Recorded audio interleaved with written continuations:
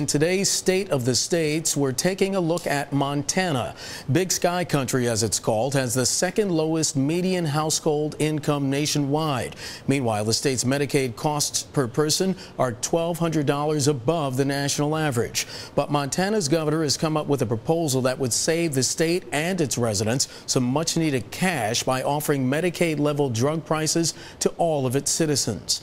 Joining us now is the man behind that plan, Democratic Governor Brian Schweitzer. Governor Schweitzer, welcome to Bloomberg News. Thank you so much for joining us today. Well, it's great to be on, Mark. Just to give you a little background, there's only 2 states that are still operating in a surplus, Montana and 1 other state. In Montana, we have over $300 million in cold, hard cash in the bank. I just released my budget this week, and I'm proposing to cut more taxes for more Montanans than any time in history, and we will continue to have a very large ending fund balance. So we know how to run a business in Montana, and we challenge every single expense. And what we've found is that our Medicaid costs a bit more than it does other places around the country. We pay about $1,200 more on average than the rest of the states. So I'm drilling down. Why do we pay so much? Well, we offer more options. We offer such things as eyeglasses, and we offer things such as the braces that children put on their teeth. Yeah. And so those make for a little bit more expensive program.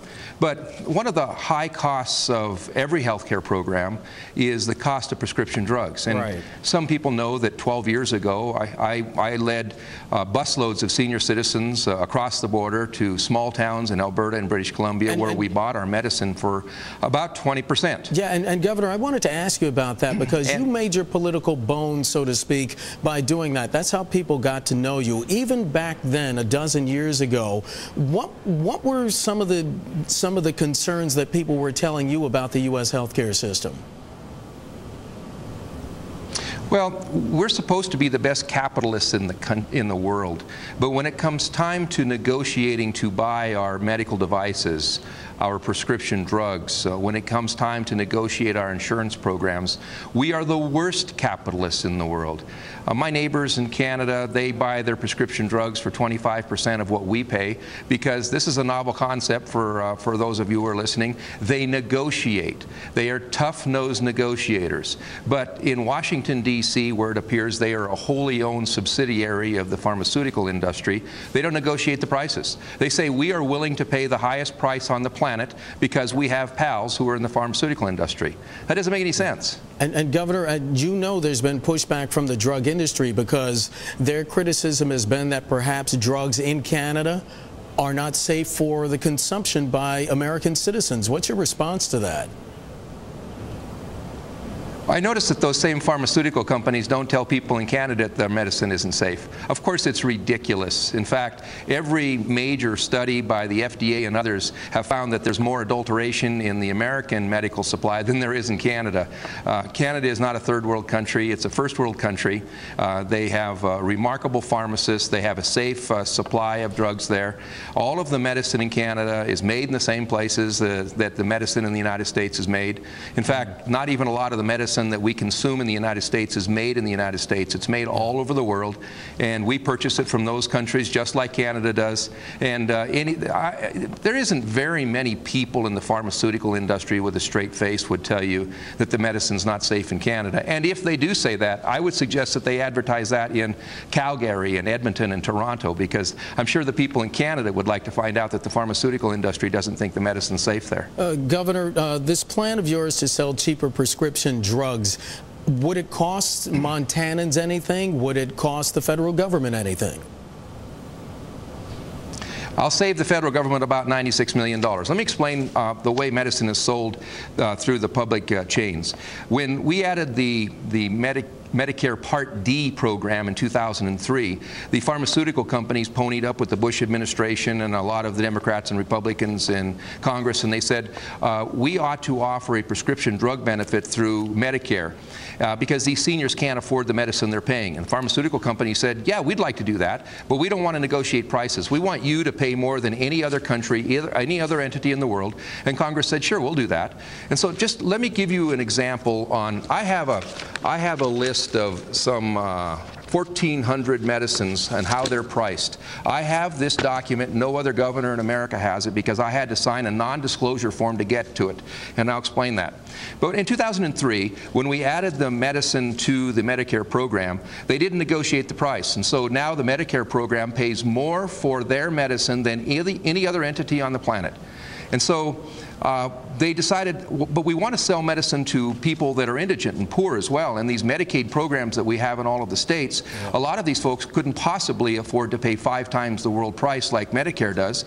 And so they decided, well, we'll do a rebate program. Because the last thing they wanted was to have 5 customers standing in a pharmacy in Montana or in New Jersey or any place else, and all 5 customers buying their medicine for a different price. One person pays 5, one pays 3, one pays 2, one pays 50 cents. In Montana and states all over America, if there was an earthquake or a fire tomorrow, you couldn't sell gasoline for $27 a gallon and then just gouge people, or sell a loaf of bread for $40. But in the pharmaceutical industry, every single day in every pharmacy in America, they're selling medicine for as much as 10 times as much to one customer as the next customer. The Medicaid program in Montana works like this, as it does all around the country.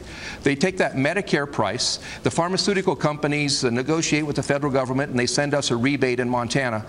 Say a pill's worth $5. They'll send a rebate for $2. Then Montana joins together with about 20 other states, and we negotiate an additional $2 rebate. So now we're getting a $4 rebate for a $5 pill. Our Medicaid patient walks into the pharmacy, shows the card. The pharmacy sends a bill to the state of Montana for $5. We pay them $5 because $4 is coming directly back from the pharmaceutical industry, and the pharmaceutical industry manages to keep it secret what everybody's paying. What I'm proposing in Montana is novel. I'm proposing that every citizen in Montana, it doesn't matter what your income level is, doesn't matter if you're young or old or tall or short, doesn't matter if you're on Medicaid now or whether you have private insurance, or even if you have Veterans Administration or Medicare. I'm proposing that we will allow you to join the Montana Medicaid Part D, not for any other benefit through Medicaid, just the Part D. And then you too will buy your medicine for $1.